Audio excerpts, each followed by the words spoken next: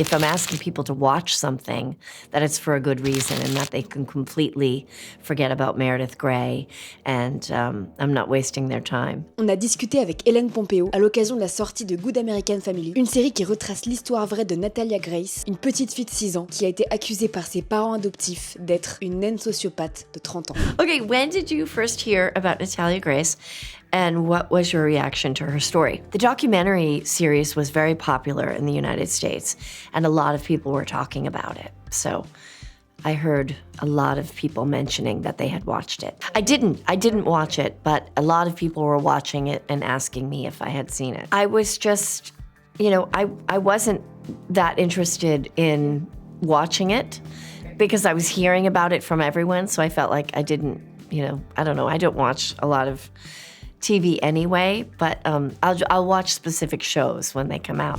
What is a good American family and why was this title chosen? It's interesting because so many people think if they're Christian, they're good, they hold these beliefs that they're a good American family. They go to church, but again, we have to question, why do we believe we're good? What do we believe makes us good or not? And that's perspective. We can both watch the same thing and believe something completely different. And that's the themes that we're exploring in this show. Is the pressure of playing a new role more intense when you've played a cult role? Yes, of course. Yes, of course. I have to, my audience has seen me as one thing for 20 years. I've done one thing for 20 years.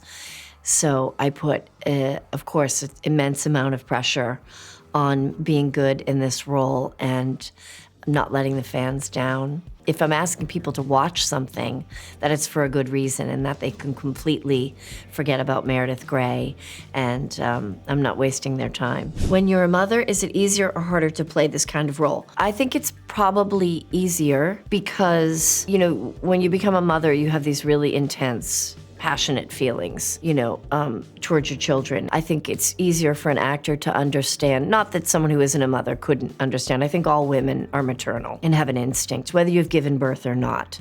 I think women are born with some very specific maternal way about them. And that comes out in lots of different ways. You don't necessarily have to have children. You could have dogs, and you feel so passionately about them. So I think as women, we're very passionate creatures. And so I think that's what this role took, is passion. Extreme anger, extreme determination. A lot of women want to fix things, want everything to be perfect, and believe that they are the ones who can make it perfect, want to do things differently than how they were raised. A lot of people have been raised a certain way, and that impacts the way they raise their children. And maybe they think they're doing something completely different. I know in Good American Family, our version of Christine Barnett, she believes she's raising her children completely different from the way her mother raised her. But she actually isn't. We find out in the end that she's sort of doing the same thing. So I think that's interesting back to your first question of what people believe about themselves. We all have our different versions or opinions about what we're doing, and we always think we're doing the right thing most of the time. No. My oldest daughter, who is 15, she's seen some episodes, but my younger children, I would never show them this, no. They'll maybe see it in a few years. With streaming now, we can watch everything. It doesn't really matter when it came out, yeah. The true story that you discovered in a series or a film that shocked you the most? I don't know. I would say on Grey's Anatomy, in Meredith studies Alzheimer's, I realized preparing for that storyline that in the United States, they study female diseases in male mice. And so you can't possibly get the right results. But the scientists believe that female mice and the hormones in the female mice alter the results of the study.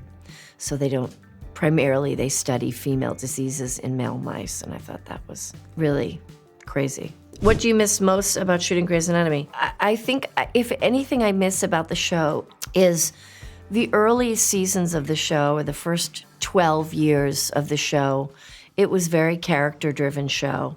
There were very complex characters. Now the show is more a procedural-based. They don't write the characters the same way.